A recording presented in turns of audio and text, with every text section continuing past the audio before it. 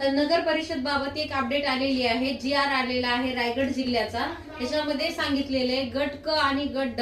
तर या GR मध्ये काय सांगितलेलं आहे, नगर परिषद भरती 2026 गट ब क ड यांच्या टोटल जागा किती रिक्त आहेत?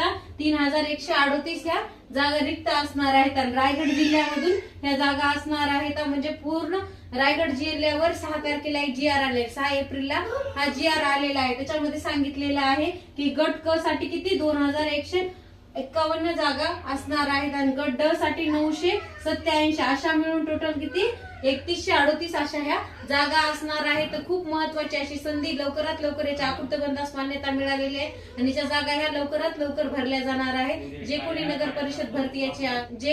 परिषद भरतीचा अभ्यास करतात त्यांच्यासाठी खूप महत्वाची अशी ही संधी असणार आहे। अगोदर आपल्याला नगर परिषद भरती याच्यामध्ये आपण काय बघितलं होतं, जी काही आकृतीबंधास मान्यता मिळालेली आहे पूर्ण याची प्रोसिजर झाली। जिल्हास्तरीय समितीनुसार म्हणजे जिल्हा अधिकारी यांच्यानुसार हे पद भरती ही होणार आहे।